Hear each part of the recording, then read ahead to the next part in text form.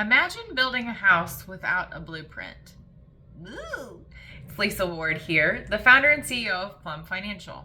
Yes, realistically, you could build a house without a blueprint, but man, would that be challenging. You start with the foundation, but oh wait, you need the plumbing to go in. Where is the kitchen going to be? Where are the bathrooms going to be? Or you're constantly expanding and then having to rework stuff.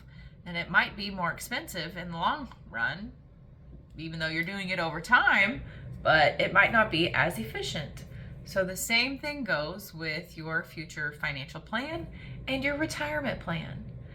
Yes, we can have, piecemeal it together with what you've already set aside for retirement, but wouldn't it be great if we had a roadmap, a blueprint for what your future needs to hold? Once we figure out that, then we look at all of the tools available to you, and then we set the strategy aside for pre-tax, after-tax, joint accounts, brokerage accounts, all of the different retirement plans that are available to you. So we map out what the plan needs to look like, and then utilize all of the tools. We don't have the tools fit the plan, once we've already got stuff together.